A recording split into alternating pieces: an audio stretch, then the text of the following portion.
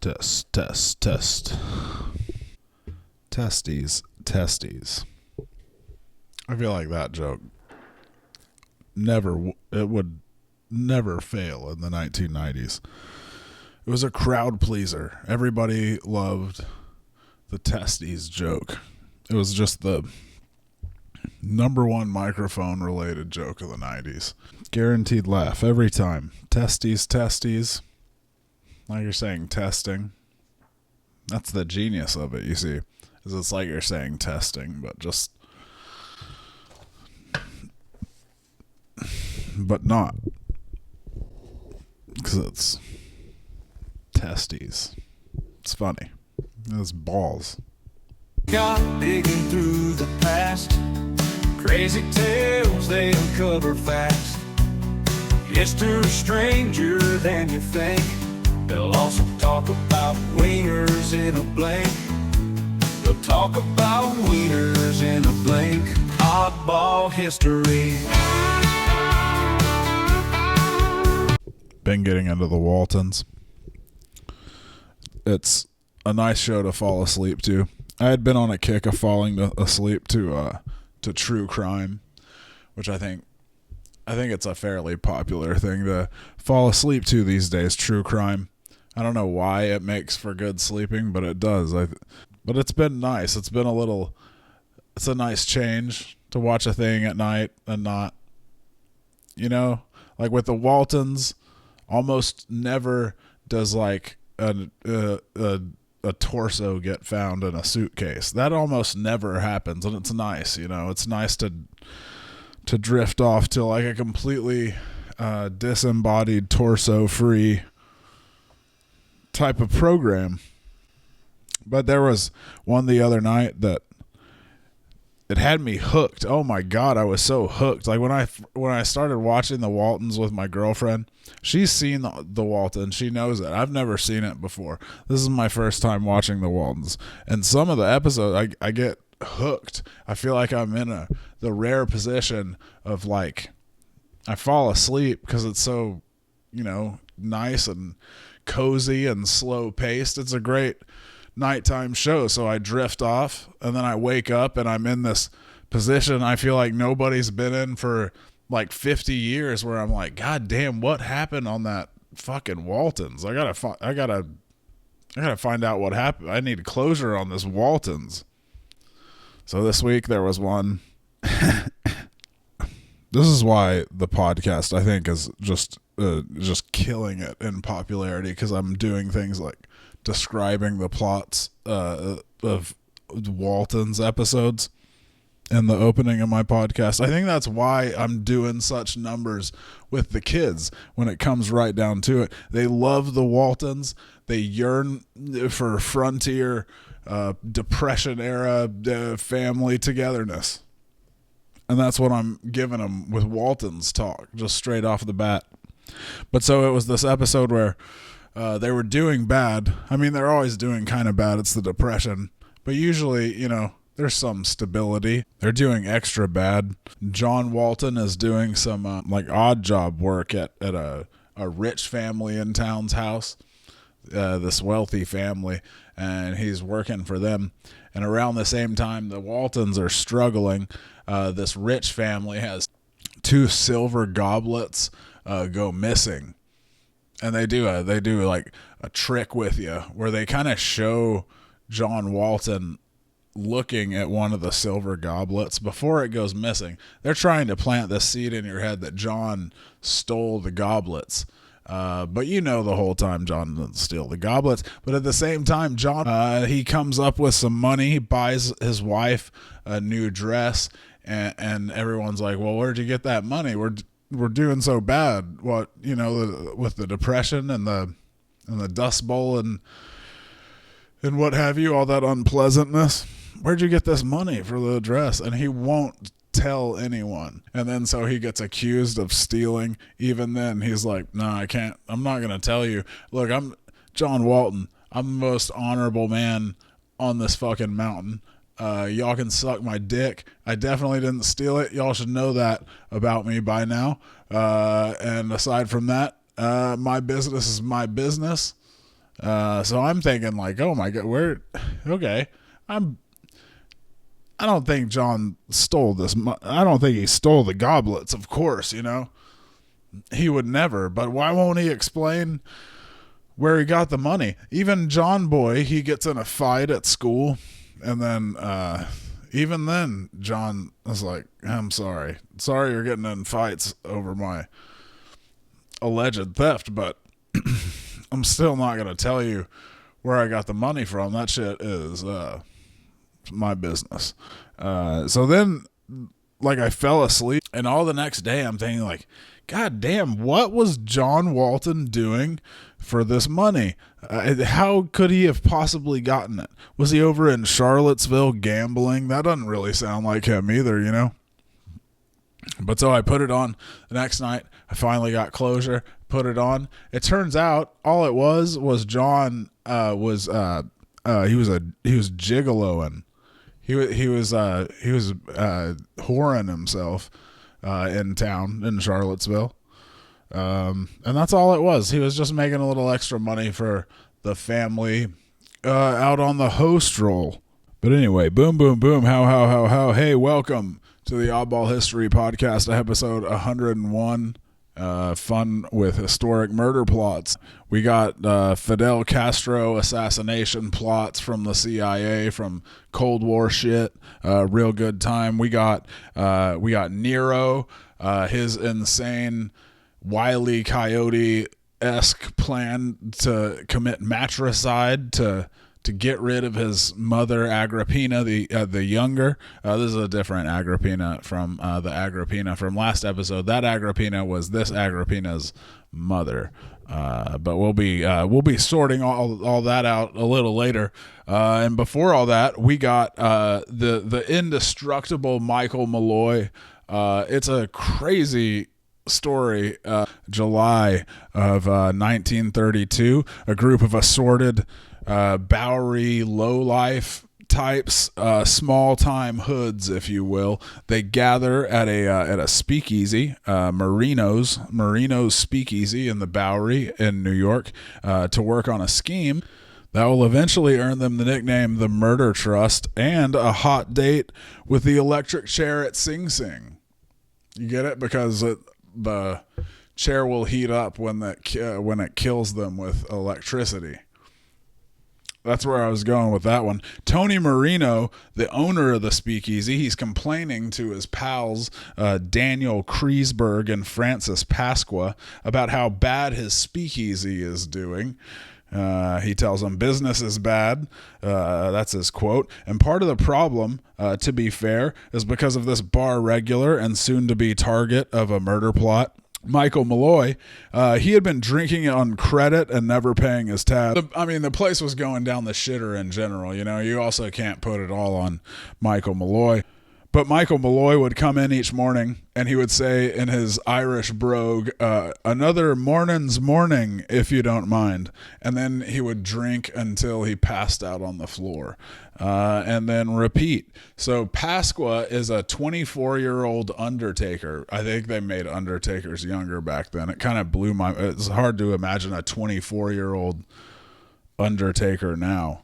But I think 24 is probably kind of...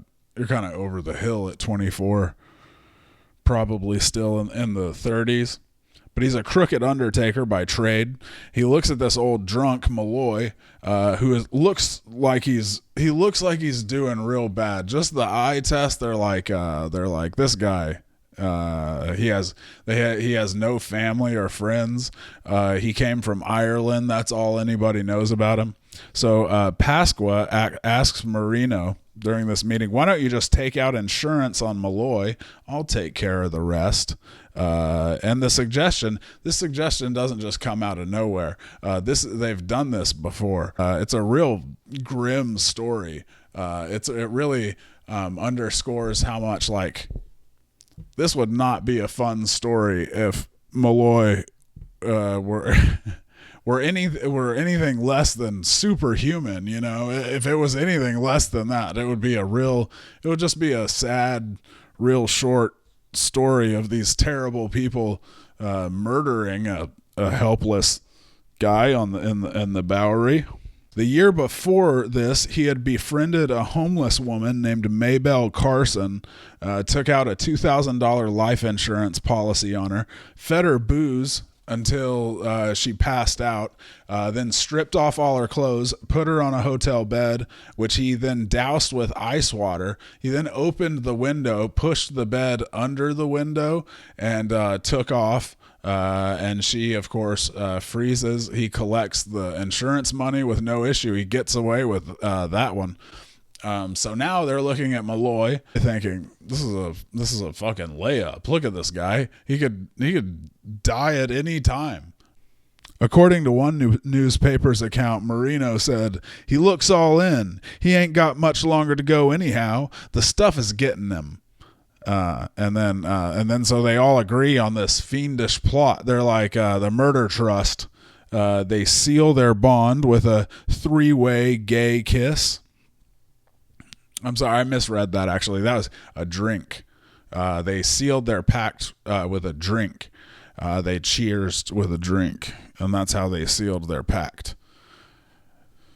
So we've got Francis Pasqua, the young undertaker, Tony Marino, the speakeasy proprietor, whose real love, of course, is insurance fraud related murders. And then you got this guy, Daniel Kreisberg, who's a grocer and a father of 3, who would later say he did the murder plot for his family, which I think is beautiful.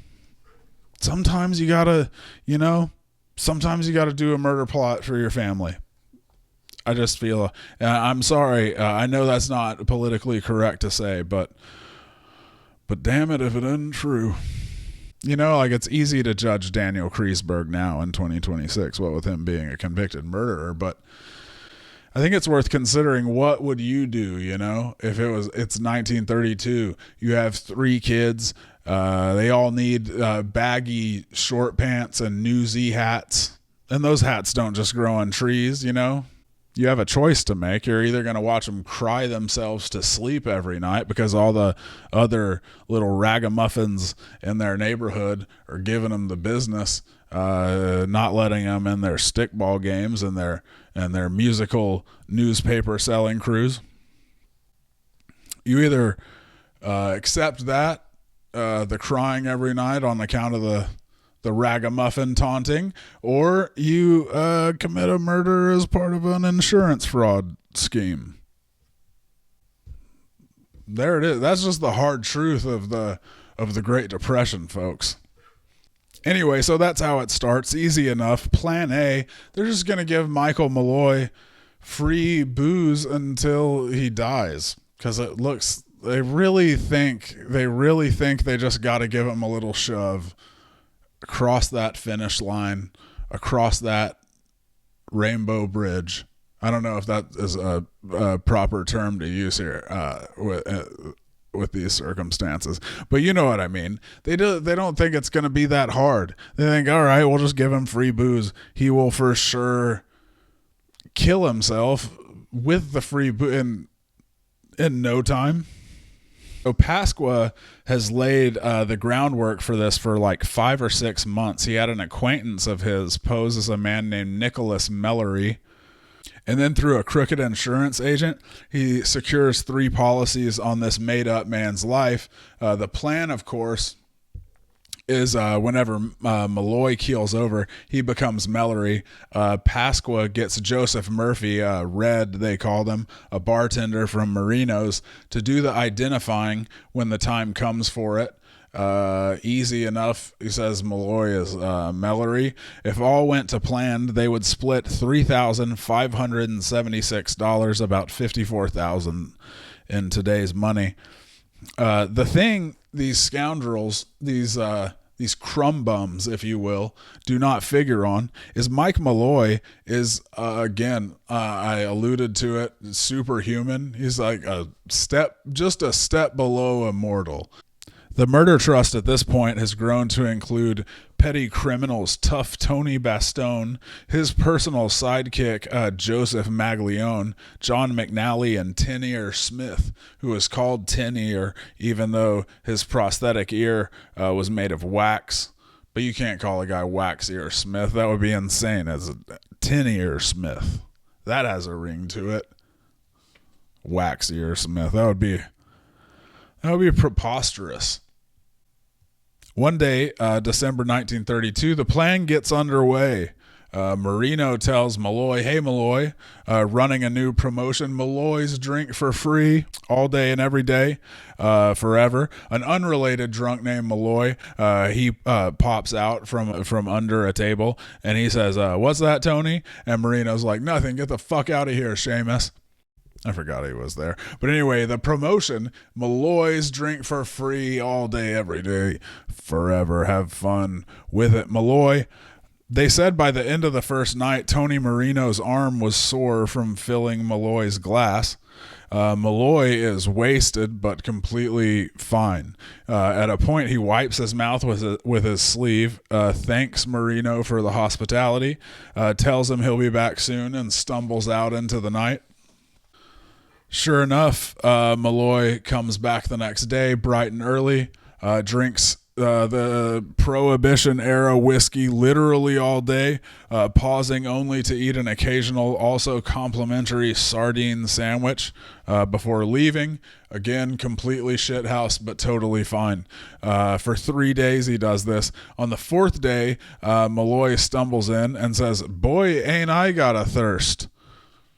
These guys are like, oh my God, this is insane. They're losing it. They're losing their minds, these hoods.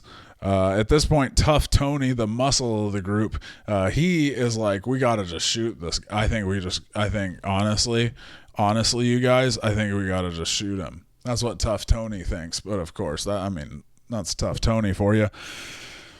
Joseph Red Murphy, the bartender, pipes up then and says, no, we don't got to shoot him. All we need to do is just feed him antifreeze. We just got to mix in a bunch of antifreeze with his whiskey. That should do the trick.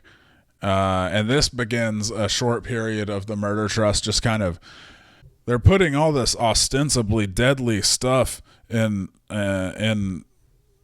Malloy's drinks. At first, it's antifreeze mixed in with his whiskey. Malloy loves it, no complaints. Slamming the antifreeze whiskey mix, no complaints. They switch to turpentine, again, great. Malloy loves it. If anything, he thinks regular whiskey could use a more bold turpentine-esque taste. Like this whiskey has. Once Malloy drinks all their turpentine, presumably, they switch to horse liniment and then rat poison. And then finally they go to wood alcohol. And of course they're having to buy all this shit from the hardware store. They're already in the hole. They're just, it's fun to imagine Marino just dying inside with every further dollar that they have to pour into this scheme. And at this point, they're not mixing the wood alcohol with his liquor. They're just giving him straight up shots of wood alcohol. Kreisberg, I think, was clearly like the flunky of the crew, you know, like if it was Karate Kid, he would be the kid who was like, yeah, get him a body bag. You know, that guy. He was like, he had like long ago accepted that he was the flunky in the movie, and he was like, he was fine with it. He's like, I'm going to excel in this role of being a second banana, an evil second banana. That's who I am, and that's what I'm about. I'm not going to win the karate tournament, but I can cheer on Johnny, the head banana. I can cheer him on and yell things in his favor.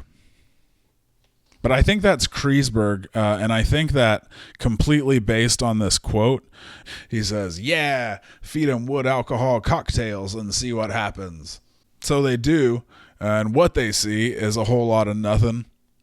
Michael Malloy, he slugs wood alcohol in front of these mugs dumb, incredulous faces from sunup to sundown, as if it were just a harmless glass of turpentine and rat poison laced whiskey.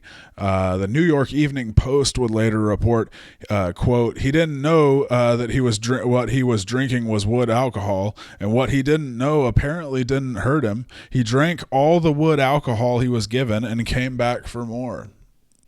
Night after night, he returns to Marino's for a taste of the old, completely undiluted wood alcohol, until one night the unthinkable happens. Malloy collapses. He collapses in the middle of the bar in a heap to the floor of Marino's. Everybody freezes. Everybody's like, "Oh my God, is this it?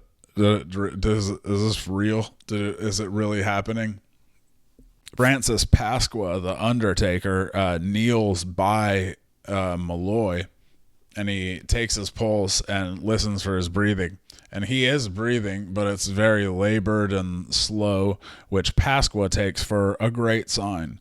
He again assumes, like, any time now, if we just leave him be, I'm sure nature will take its course, and we'll get that sweet, sweet insurance money we're after here. And then so they leave him be, and then they're hopeful at first, and then this hope starts to dwindle when Malloy starts to snore.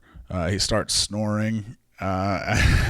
He starts snoring out loud. They take it as that's a bad sign. I think he might just be sleeping here. And then any remaining hope is dashed when after a few hours, when he wakes up on the floor, he rubs his eyes and says, "Give me some of the old regular, me lad." They're like, fuck. Oh, this guy. Again, Tough Tony. What do y'all think Tough Tony's about to suggest? If you said shoot him in the head, you're right. You are correct, listener. He's like, "Guys, we got to shoot him. Guys, I hate to be that guy. Feel like a broken record, but really, guys, I feel like it might be the only way to go." But then it's Pasqua's turn to have a bad idea. Pasqua has an idea. It's probably the worst idea, I think, in all these ideas. A lot of these, like Malloy makes them look bad with his indestructibility, but it's not really the fault of the attempted murderers. They can't really be blamed for assuming these things would kill a person. They would kill almost any normal person. They just happened to pick the one guy whose insides were so completely pickled that he was nigh indestructible. I think that's the scientific explanation for that, by the way. Pickling. I think scientists right on in if I don't have that right. But I think it's because his insides were pickled. I think that is what makes the most sense in my head. That's what was doing it. My point is they can be forgiven for thinking that most of these things, it would be fair to assume that they would work, as means of, like, they sound like they would be lethal. But then Pasqua's idea, I feel like, has no hope from the jump. Pasqua's idea, he gets the idea of soaking raw oysters in denatured alcohol and then serving them to Malloy. New promotion, complimentary, weird-smelling oyster bar. Not bad. So they're hoping these oysters do the trick. Pasqua, he was quoted as saying, "Alcohol taken during a meal of oysters will almost invariably cause acute indigestion, for the oysters tend to remain preserved." Even being a relative newcomer to the legend of Iron Mike Malloy, this doesn't even sound like it's going to work. Of course it doesn't. Malloy slugs a whole bucket full of laced oysters, washes them down with shots of undiluted wood alcohol, belches, licks his fingers, all while Marino, Pasqua, and the rest played pinochle in the corner and watched on. So Murphy then takes over again, Red Murphy, and he's just spitballing at this point, clearly. He lets a tin of sardines rot for several days, mixes in a bunch of tiny shrapnel in it, little pieces of metal and shit. He put the mixture on 2 pieces of bread and served it to Malloy. Malloy eats the sandwich and asks for another. The murder trust then, at this point, call an emergency meeting. All hands on deck. They're like, Jesus, what? I mean, at this meeting, it dawns on Marino, wait a minute, I already know how to do this. I've already done this before. That lady from before, that horrible thing I did, remember that? We could just do that again. We got to just throw him out in the cold and take his clothes and douse him with ice water and leave him. And there you go. So that night they get Malloy hammered to the point of near unconsciousness, maybe straight out unconsciousness. I don't know. But they toss him in the back of Pasqua's car and drive him out to Crotona Park, where they lug him through the snow to a bench where they set him, strip off his clothes, pour water all over his head and chest. Malloy doesn't move during all this. He's completely out. So they leave him there. Marino wakes up the next day, confident it's all over. They left him out there in the park. He walks over to his speakeasy, and who should he see but fucking Mike Malloy. Mike Malloy had woke up in the park, half frozen, confused, and nude for some reason. And not knowing what to do, he just staggered back to Marino's, where he gets, he arrives at Marino's and pounds on the door, and I believe it was Red Murphy working. He's working the bar. So Murphy eventually lets him in, and Malloy comes in and says he's got a wee chill after spending all that time nude in the snow in the park after being doused with ice water. At this point, John McNally pipes up. Remember that guy, John McNally, one of the many small-time crooks in this story? He says, I'm John McNally, and I'm full of ideas. He wants to just run Malloy over with a car. This already bloated gang brings in another guy, a cab driver and friend of the group named Harry Green. He stands to get a $150 cut out of the scheme. So one night, the whole gang loads into Green's cab, a semi-conscious Malloy at their feet. They drive a few blocks, get Malloy out of the car. Tough Tony Bastone and Red Murphy hold his arms to hold Malloy upright. The first time, Green guns it, and then right before he hits him, there's a flash of light. Tough Tony yells stop, and Green hits the brakes at the last possible second. But Green thinks what they saw was just a woman turning on the light in her apartment. They back up, try it again. This time, Green guns it at Malloy, and Malloy, who is barely steady on his feet, miraculously jumps out of the way. Then he does it again, 2 times in a row. He manages to jump out of the way. That's, again, every step of this story is just it turns into like a dark comedy, you know? They're trying to hit this guy with a car and they fucking can't. So he dodges it once, dodges it twice.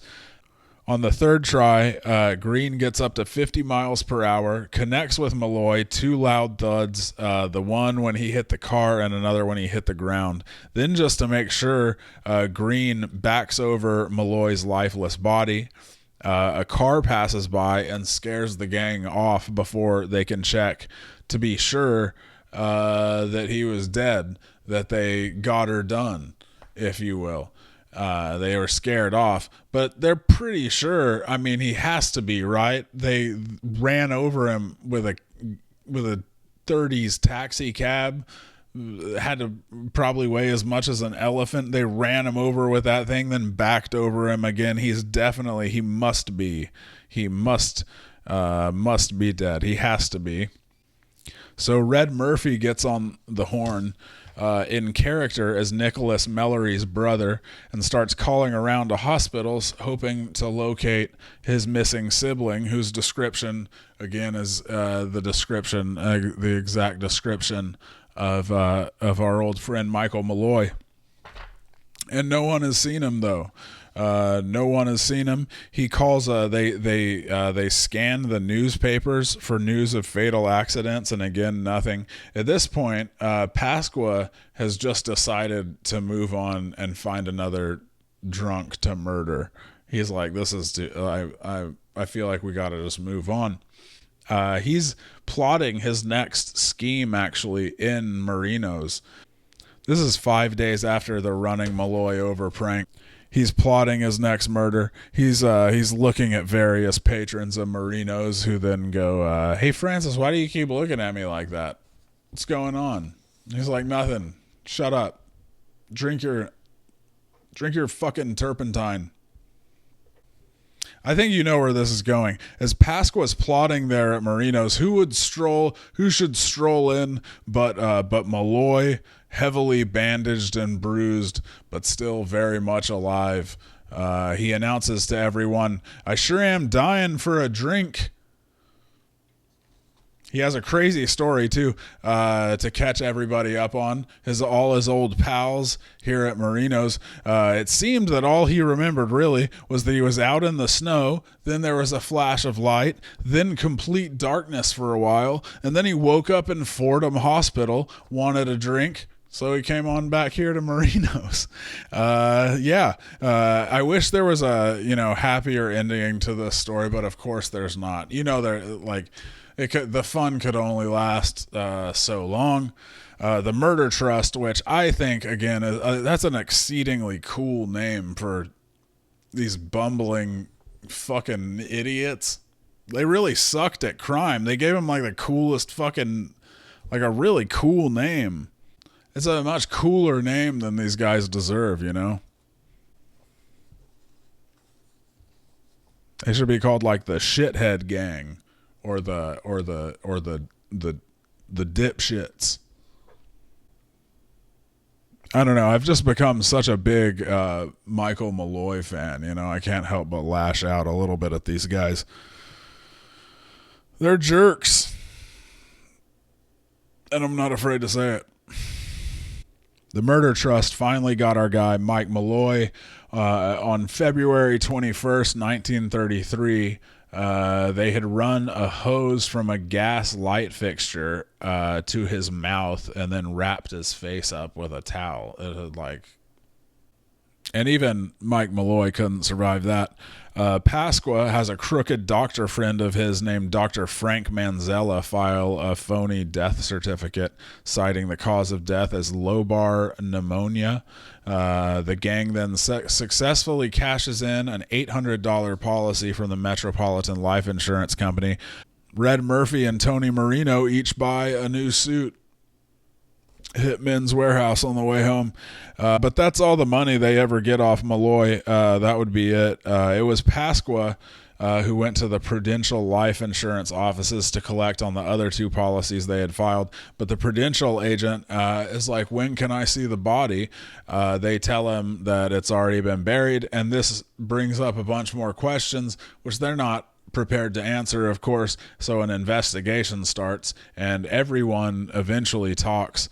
At some point too, word had got out about this guy Mike the Durable, but basically everyone in the area knew his reputation for being indestructible. So his death automatically draws the suspicion of local cops. So they order Malloy's body exhumed and forensically examined, which of course is not good news for the Murder Trust. Dr. Manzanella was originally charged as an accessory after the fact, but ultimately convicted of a misdemeanor failure to report a suspicious death to the police and medical examiner. Harry Green, the cab driver, was convicted of attempted murder and sentenced to a minimum of 10 years. And the rest of the core gang, Kreisberg, the lackey, Marino, the speakeasy owner, Pasqua, the young undertaker, and Red Murphy, are all executed by electric chair at Sing Sing. in the summer of 1934. And Mike Malloy lives as a goddamn legend. He has some great nicknames: Iron Mike, Mike the Durable, Irish Rasputin, and the Juggernaut. And if that's not enough, he has been immortalized like 1,000,000 times over in both music and literature, including an Augusto Monterroso short story called The Lost Illusions. There's a jazz musical about him called The Man Who Wouldn't Be Murdered. And most bitchin' of all, Primus has a song about him on their 1990 album Frizzle Fry called You Can't Kill Michael Malloy. Easy, no doubt, first ballot Oddball History Hall of Famer Mike Malloy. We salute you. But moving on from the Bowery in the 1930s to Cold War era Cuba, the CIA, I don't know if you've heard this, but they did not care for Fidel Castro, the Cuban leader. They tried to kill him a bunch of times. It's hard to know how many exactly, but the figure often given is 634 or 638, based on that's a number's in dispute, of course, but that comes from the leader of the Cuban Secret Service for many years, Fabian Escalante. So again, the exact number hard to pin down, but this is a man who had a shitload of attempts made on his life.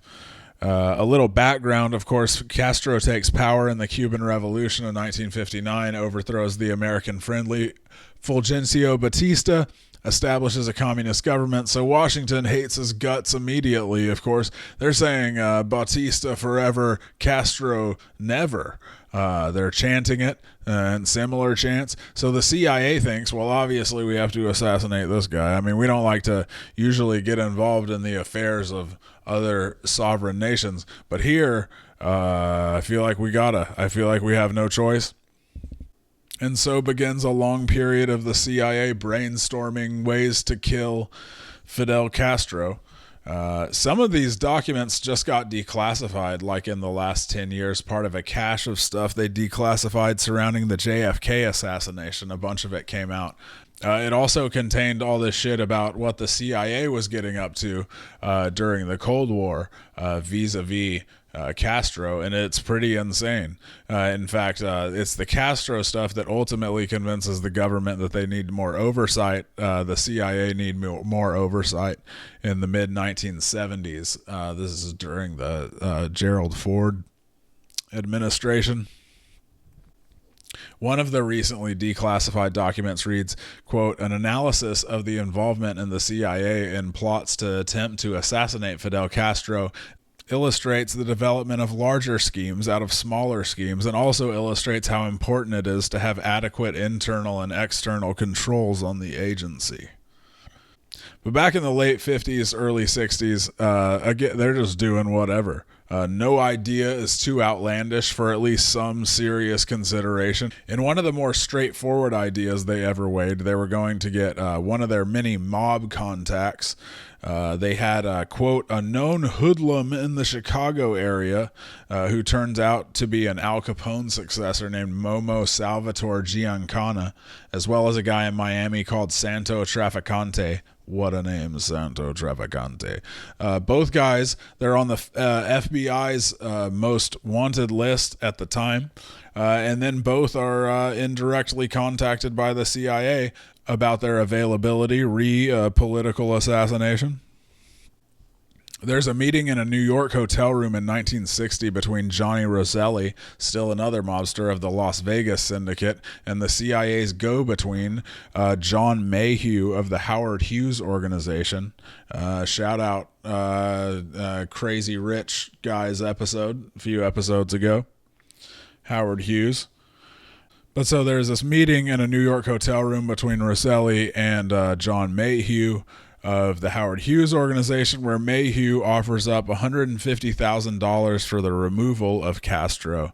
Nobody knows if any of the mobsters ended up getting paid for the job, but Giancana had a whole plan and a hitman in Cuba lined up. This hitman was the supposed hitman was going to be Juan Orta. He had been identified as working in the government and having access to Castro.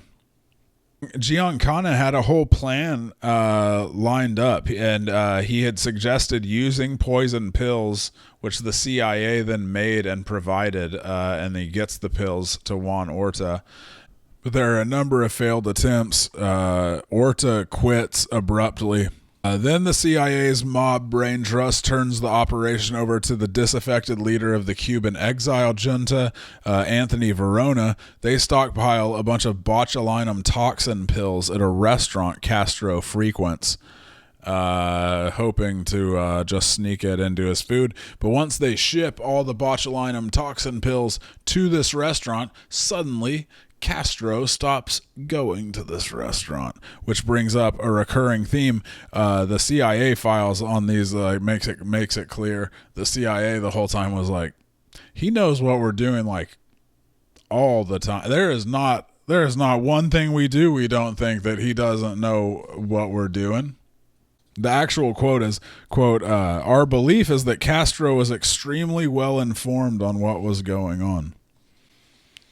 But so the botulinum toxin pills plan fails. Then the Bay of Pigs invasion starts, and they just give up on the mafia idea completely. Apparently, only 6 people ever knew of this plot's existence, and then the CIA got, like, I was gonna say punished, but they didn't really get punished. It was like they kind of got a slap on the wrist.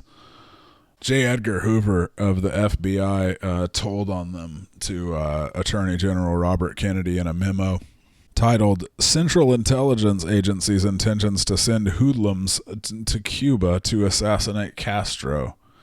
And Bobby Kennedy is like, all right, guys, maybe try to cool it with the working with mobsters thing, okay? The actual quote is, Attorney General Kennedy stated that the CIA should never undertake the use of mafia people again without first checking with the Department of Justice, because it would be difficult to prosecute such people in the future.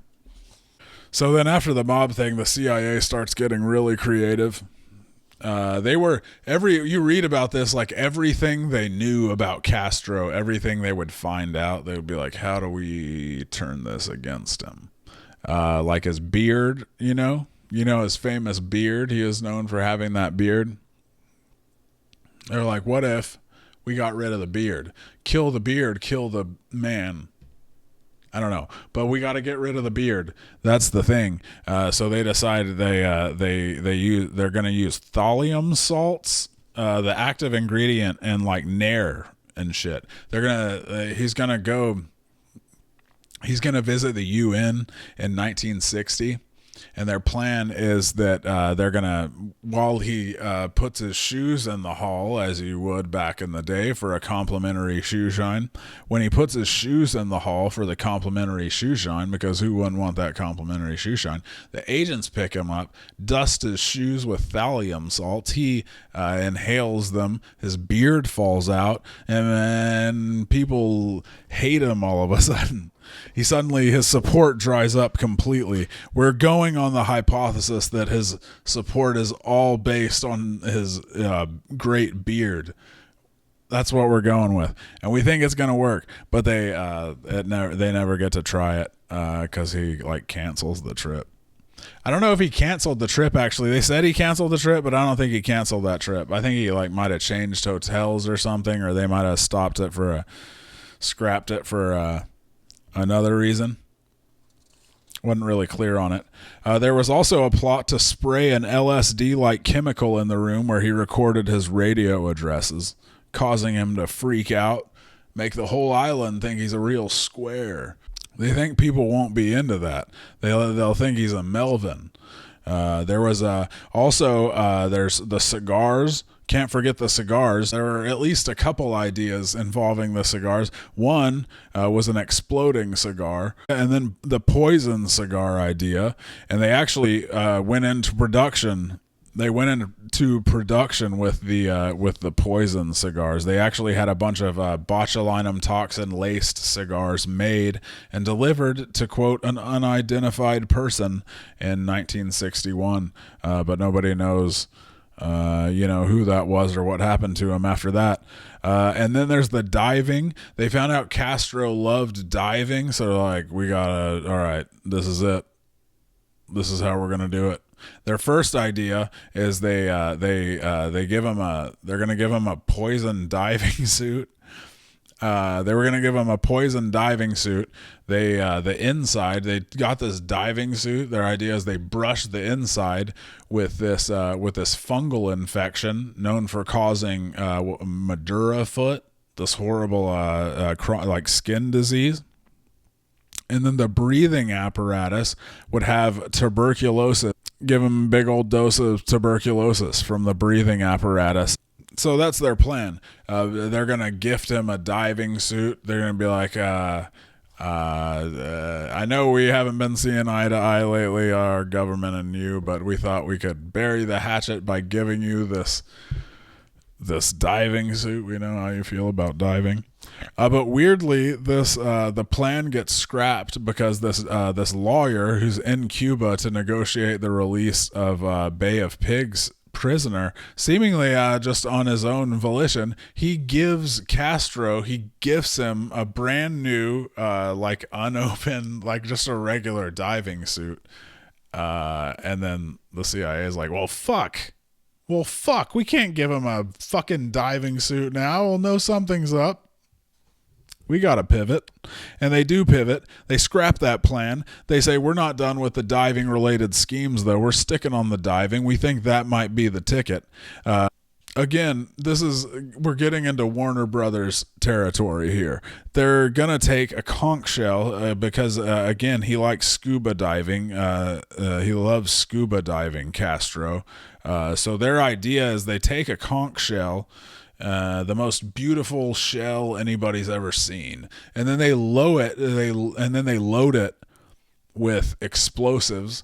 And then Castro, they put it they use their intelligence to find out where Castro likes to go diving. Then they just place this beautiful shell in one of his diving haunts. Castro sees this beautiful shell. Oh my God, he goes to pick it up. Kablooey.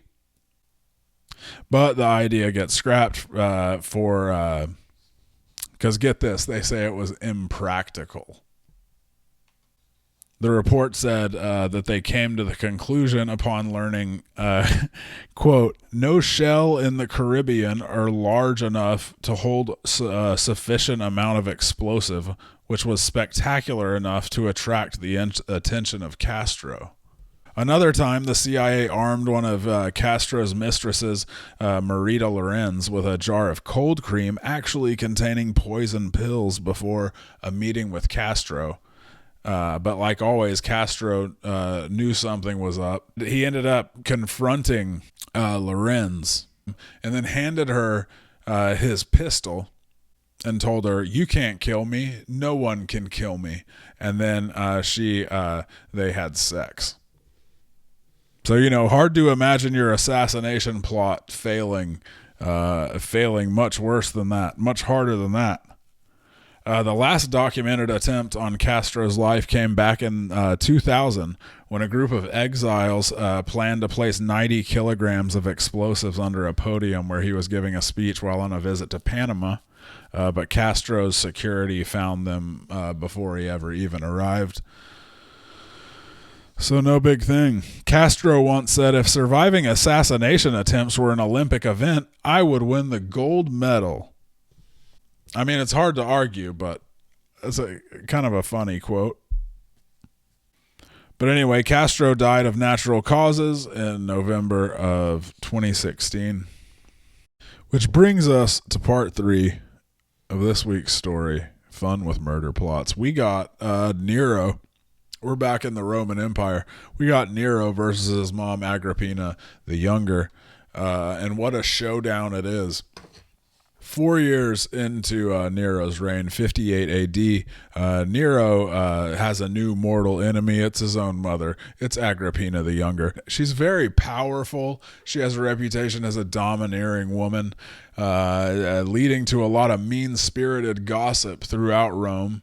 Nobody thinks Nero's in charge. They think all the power really resides with Agrippina the Younger, and to a lesser degree, perhaps, his tutor, Seneca the Younger. So we have a power struggle coming up here. And on top of that, Nero has a new mistress, the noblewoman Poppaea Sabina, who's always giving him shit for being, quote, a mummy's boy. That's not going to help things. They're really on a collision course, Nero and his mother. And they honestly had been, I say this from like 4 years, that was when shit really got bad, but it was never, they were kind of always on a collision course, I think, ever since she had returned from exile. Agrippina the Younger had been exiled. You remember last episode when we were talking about Caligula, and there was that one failed plot against Caligula involving his sisters. Agrippina the Younger is one of the sisters, so she had been exiled. But she returns after Caligula gets stabbed to death by Cassius Chaerea, the guy whose voice he wouldn't stop making fun of, in 41. In the meantime, Agrippina's first husband and Nero's father, Gnaeus Domitius Ahenobarbus, who was a gigantic piece of shit by all accounts, he had died. He died in 40. He seemed to know he was a piece of shit too. He had a quote about that was about Nero that he apparently said when he first found out that Agrippina the Younger was pregnant. He said something to the effect of like oh, nothing that us two make is gonna be good for Rome. Oh, this might be bad.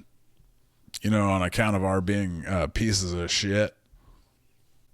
So, at least he has that going for him. Gnaeus Domitius Ahenobarbus. He was a pile of shit, but hey, he was a self-aware pile of shit.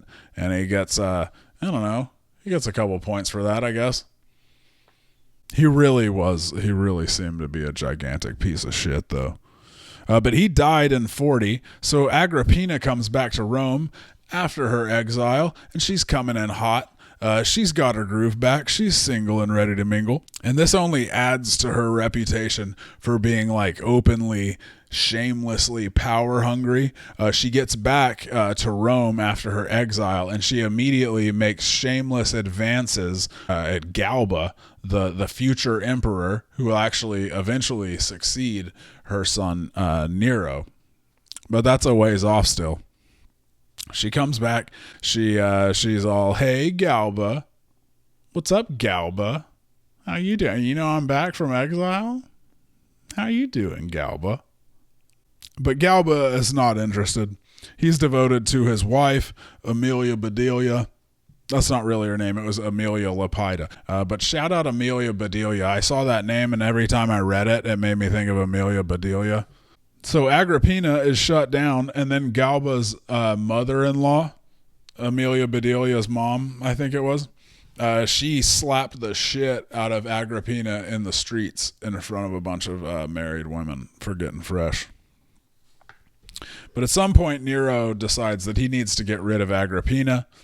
And again, to be clear, nobody knows exactly why. All we have are guesses, Agrippina actually liked his wife Octavia, and the two became friends, which led to Agrippina getting thrown out of the palace early on in his reign. So it could have been that. He wanted to marry Poppaea Sabina, and she didn't approve or whatever. Basically, that she was like an annoying, like she was kind of cramping his style, if you will. And it could have been that.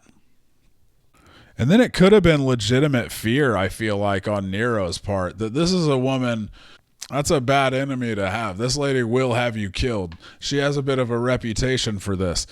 She was suspected of poisoning her second husband, Crispus, the wealthy Crispus, which I think that's what I would be called if I lived in ancient Rome. So it's hard not to take that one a little bit personally. She had poisoned the poor, handsome Crispus. And then she's back on the market. And you get the sense that if she had her druthers, she would just go and seduce the Emperor Claudius straight away. right away, but she can't do that at this point because the Claudius is married to a lady named Empress Valeria Messalina, Agrippina the Younger's second cousin. And normally, of course, Agrippina would not give a shit that Claudius was married. That would mean nothing to her, as we saw with that incident with Galba earlier. Agrippina the Younger is not gonna fuck with Messalina because she's seen Messalina do a little bit of a reign of terror of her own. She sent her sister, I believe it was, she had her accused of adultery with Seneca the Younger and exiled, as well as she sent assassins to kill Nero when he was a baby. These are, by the way, all-time bad assassins. She sends these assassins to go kill baby Nero, and then they're going in, they sneak in to baby Nero's nursery or whatever, and they're about to kill him. And then they see a snake in his crib, and they're like, oh, that's a bad omen. We got to get out of here. They took off running, but they didn't move at first. They were running so fast that they just like they were suspended in the air, just running in place, and then all of a sudden, like, physics caught back up with them, and they shot off with like a kind of sound, and that's how it happened. That's Tacitus's version of events, anyway. And the Cassius Dio version of events, they kind of bounced away, leaving a team of assassin-shaped hole in the wall. As they went. So again, like the same as always, the same basic story, but just with different details. But so the assassins get out of there. Again, big assassins. You guys, I gotta say, they're not good. And I say they're not good because when Agrippina goes in to sort out what's going on with her baby and a team of assassins and everything, she goes in there, and the snake that the assassins saw was actually just a snake skin. It was a skin that a snake that was hanging out in the crib earlier had shed. And they took it for a snake and ran off. Again, Messalina had to be furious when she heard this story. She had to be like, oh my God, I have the worst fucking assassins in history. You guys are the worst assassins, I feel like, that have ever... I mean, it's a baby, you guys. But so Agrippina has the snake skin made into a bracelet, which Nero then apparently wears. Agrippina takes this all the same as evidence of, like, wow, not fucking with Messalina. This lady's fucking crazy. But then Messalina is executed in 48 for conspiring against Claudius with Gaius Silius, which means Claudius is single. He is Agrippina's uncle, granted, but he's single and he's the emperor, so he passes the Agrippina test. She goes after him, and it's viewed as good politics for Claudius to marry Agrippina to unite the two branches of the dynasty, the Claudians and the Julians, which have been in an active feud since last episode of the Oddball History Podcast, when Agrippina and Caligula's mom, Agrippina the Elder, took issue with the Claudian scion Tiberius having a bunch of her family exiled and possibly her husband poisoned.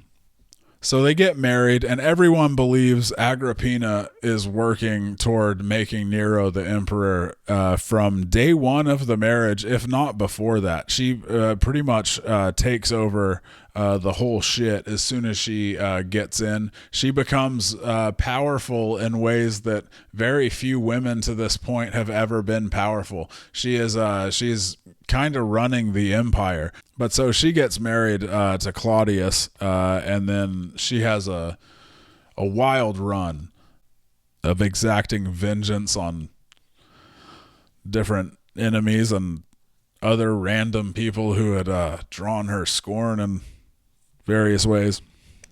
She has this rival of hers, one of Caligula's old wives, named Lollia Paulina, accused of practicing black magic and exiled. Then she decided that wasn't good enough, and she ordered that a tribune then force her to commit suicide. Then she broke up the engagement of Claudius's daughter Octavia so Nero can marry her instead, her son Nero. Then she had the guy she was going to marry falsely accused of incest with his sister. That's how she broke him up. And then she forced the guy to resign from public office. And then when that guy killed himself, he's heartbroken. That guy kills himself. Then she, in 54, had that guy's brother killed so he wouldn't come after her looking for revenge for all that horrible shit she had done to drive his brother to suicide. She removed or had killed pretty much everyone that was friends with Messalina in the imperial court, including Messalina's mom. Then the big one, she's supposed to have poisoned Claudius with tainted mushrooms. That is, again, it's another one of those that like it could have been natural causes, but he's a Roman emperor, so there's always going to be at least an alternative story, if you will. But that's always the story, that she got him with tainted mushrooms to get Nero in there. That's the most famous one, but she's credited with killing quite a few people. She had a lady called Calpurnia either banished or executed because Claudius commented on her beauty. And she once forced a guy to commit suicide because she wanted his gardens, according to Tacitus. So, again, when Nero makes an enemy of his mom, that's a hell of an enemy to have. 5 years into his reign, Nero decides it's time, he's going to do it. But Nero, he can't just get the Praetorian Guard to go after his mom like you'd mostly do for like most emperors. Your Praetorian Guard, they're doing your dirty work for you. He can't do that in this case because they are still loyal to the children of Germanicus. That's how the high regard people hold our old pal Germanicus in. So he can't do that. So he hatches a scheme.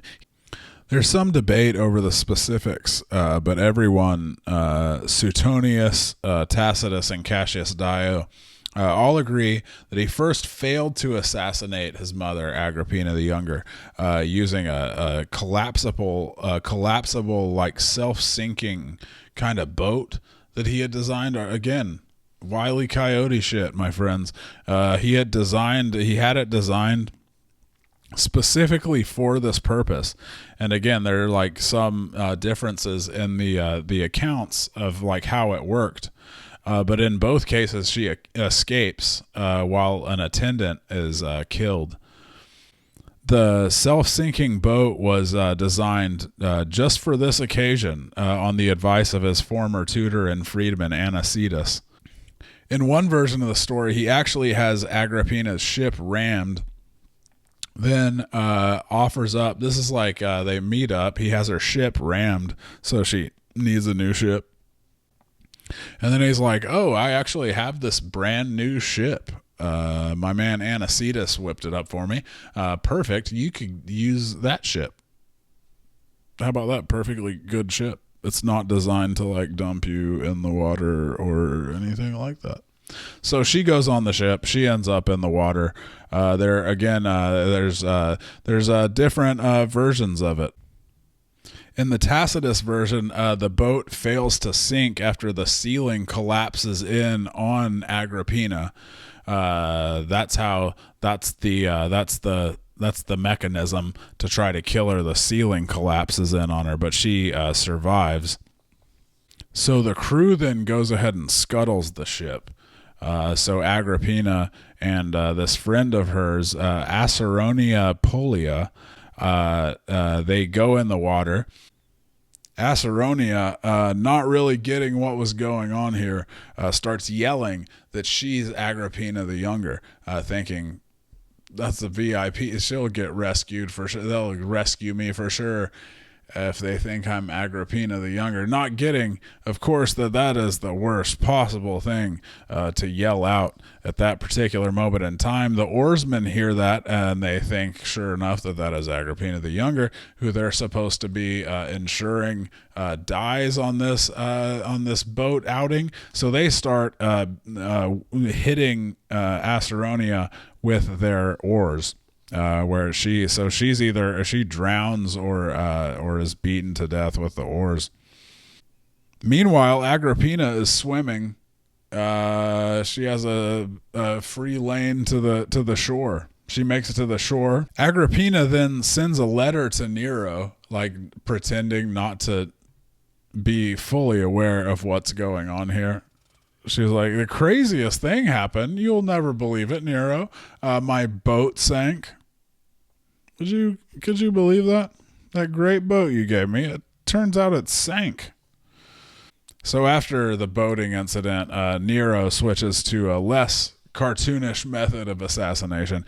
He just sends a bunch of guys over to his house. At least one guy. Again, accounts differ, but in some versions it's just Anicetus, that freedman, and his advisor. And in some versions he's joined by a guy named Herculeus and a centurion named Oberitus, as well as a column of soldiers. They surround her, assassinate her. At which point she, the story goes, exposes her belly to the assassin Anicetus and says, "Strike here, Anicetus, strike here, for this bore Nero." So she says one last fuck you to that ingrate son of mine. However it happened, Agrippina the Younger dies March 23rd, 59. Nero goes before the Senate and is like, yeah, the craziest thing happened. It turns out my mother, Agrippina the Younger, do you guys know my mother, Agrippina the Younger? It turns out she was plotting to overthrow me. I know it's very shocking to find out, but it's all okay now because she committed suicide. So all good now. Totally fine. Just wanted to keep you guys in the loop. What's new with you guys? What's going on? We all good? All right. You guys take it easy. I say that, but Nero, he didn't take his matricide lightly. He fully expected Agrippina to haunt the shit out of him for the rest of his natural-born life. But that's the story of Nero and Agrippina. Part 3 of our 101st episode, Fun with Murder Plots. Some final thoughts on this one. I went into this, I was originally thinking I would definitely cover Rasputin, because I remember that was a fun story about a man who was hard to kill, Rasputin, kind of the original, you know. Pretty, like a really darkly funny kind of story. He kept trying to kill him. He kept living. Very Michael Malloy-ish. Real Russian Michael Malloy kind of thing. But unlike Michael Malloy, the real story of Rasputin sucks, it turns out, nowadays. It turns out that since I first read about Rasputin, I think I think I was probably in high school or college, probably high school. College at the latest.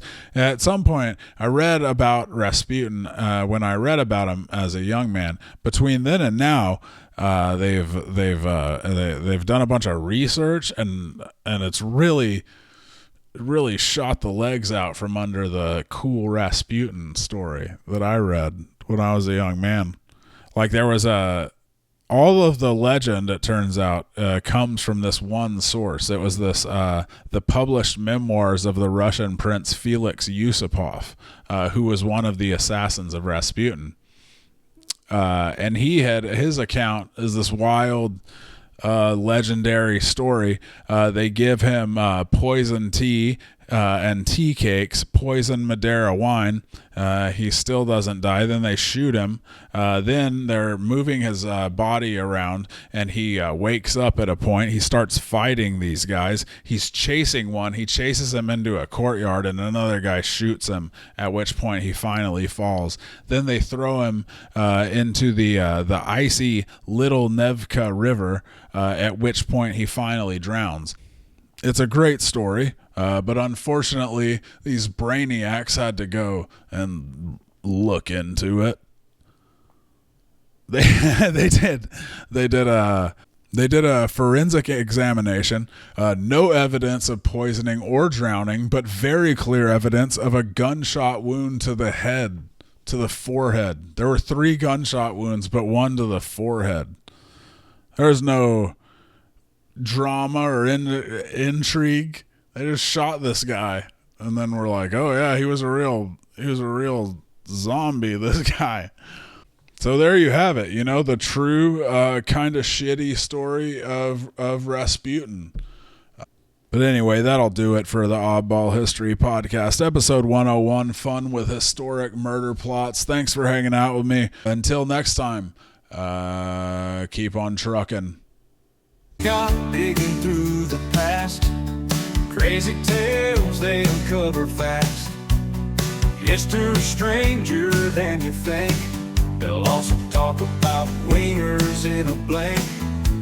They'll talk about wieners in a blink. Oddball history.